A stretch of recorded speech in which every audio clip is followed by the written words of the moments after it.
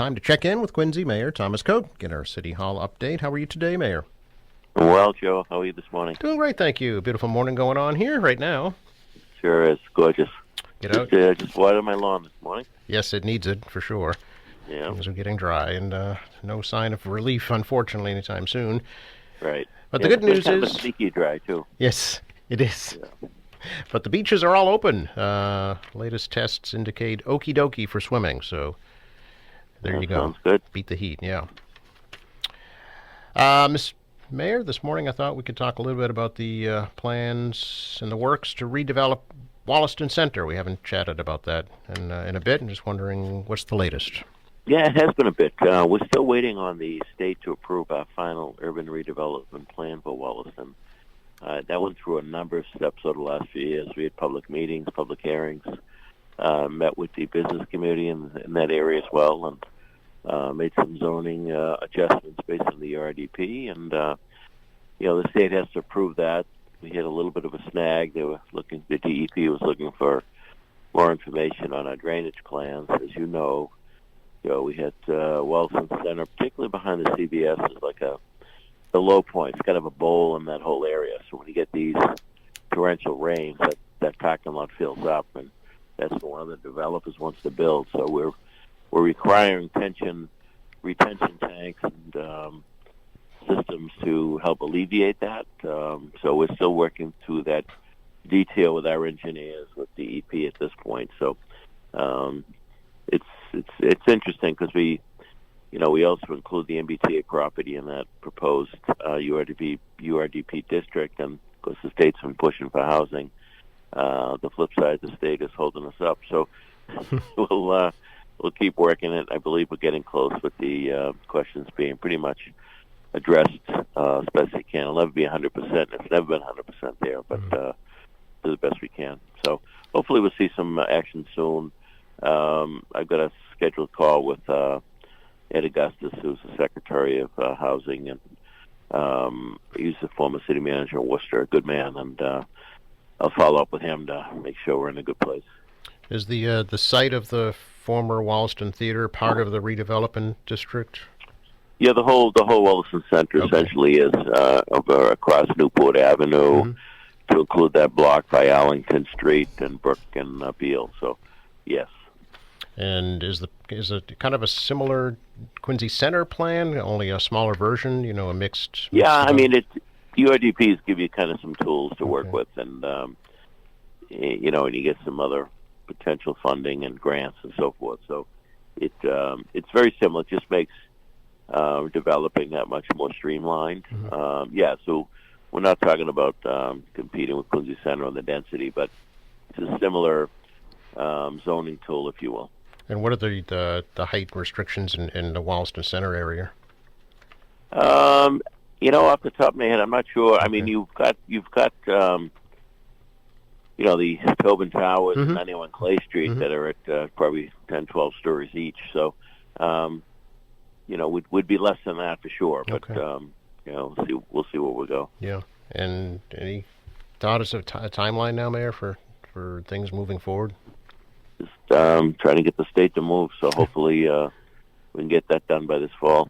Oh, okay, very good. It's something I know a lot of folks are questioning what's happening there, because it seems. Yeah, it's ripe for redevelopment. There's obviously a couple of lots vacant that been no action on. It's all related to getting the URDP approved. Sure. All right, we'll wait and see on that for sure, and look forward to that as well. How is Quincy 400 going, Mayor? Well, as far as I know, it's going well. It's as you know, we've had a robust schedule, robust calendar, and I'd say we still have some great things going on, but it's tough to top the concerts that we had, as you know. Big crowds, great nights, a lot of goodwill. People seem very happy, and as you know, we still got a bunch of events to round out the year, but it's been a fun year. It's been, I think, well received by the public, and my team done an excellent job executing. So I'm grateful for everybody involved in helping out. I guess it's time to start asking you what's going to be happening for Massachusetts 250 in Quincy.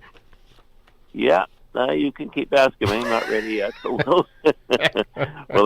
we'll be having some internal meetings over the next month to try to nail down some things, and then we'll also meet with the Park Service and Discover Quincy and all the other interested parties, so that we're not APC, so that we're not duplicating things, and we can compare notes, compare calendars, and make sure we're all planning accordingly. So and complement each other rather than compete with each other.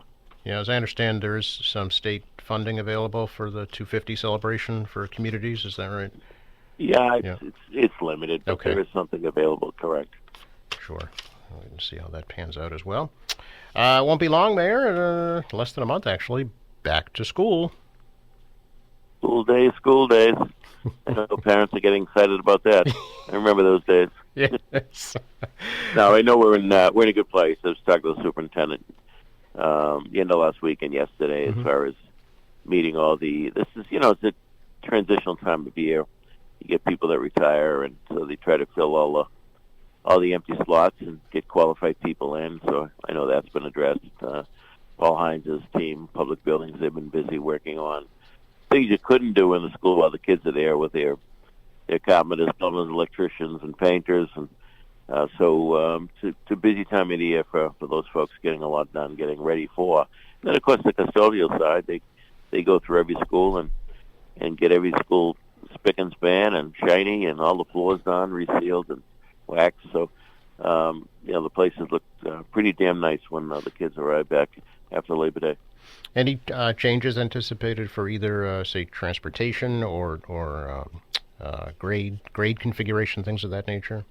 No, not right now. No, we're just trying to meet the demand. We've got both high schools are fairly well filled. We've got many of our schools are really in a healthy spot.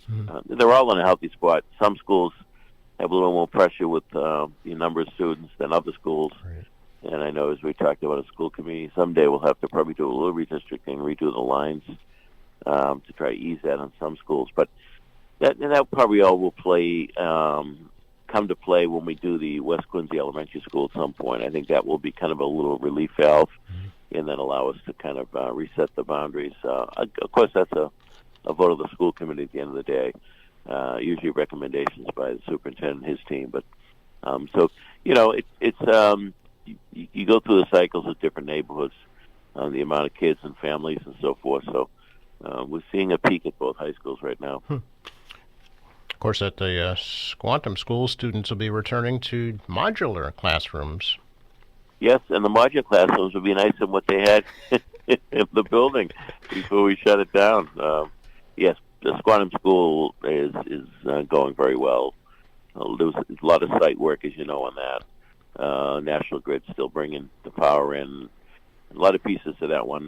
Lee Kennedy is a contractor doing a great job. So, it's a tight spot, but we're hoping everybody's patient with the understanding that they're going to have a nice new school when we're finished. Any determination of the future of the Amelia de la Chiesa Center yet? No, we're still working with the superintendent on that. We got some work to do in that building. The HVAC systems are pretty short, so there's some internal work going on in there, and then we'll make that decision. My guess is, we're pretty jammed at Lincoln Hancock, so that'll probably be the relief valve for there, moving perhaps the kindergarten over to that building. And we had to build some classrooms in Lincoln Hancock and literally hallway space. So my guess is that's what will be the best use for it. Sure. Very good. What's the future of the summer for you, Mayor? What's on your docket for the rest of the summer before things kick into high gear? Well, I got a robust schedule. MBTA board meeting this morning, and the schedule is filled. I know. I think we get the Taste of Quincy this week with the chamber, and tonight actually. Yep. It's starting to pick up again with other events. This coming weekend is crazy busy. I know there's a number of events, including the August Moon Festival, of course, the Eagle Scout Awards, a lot of cool stuff. Yeah, It's never dull, that's for sure. There's a disco dance party on Hancock Adams Common on Saturday. John I McDonald's can picture you out there, putting Joe. Oh yes, I got my bell bottoms and white John patent leather Travolta shoes. move.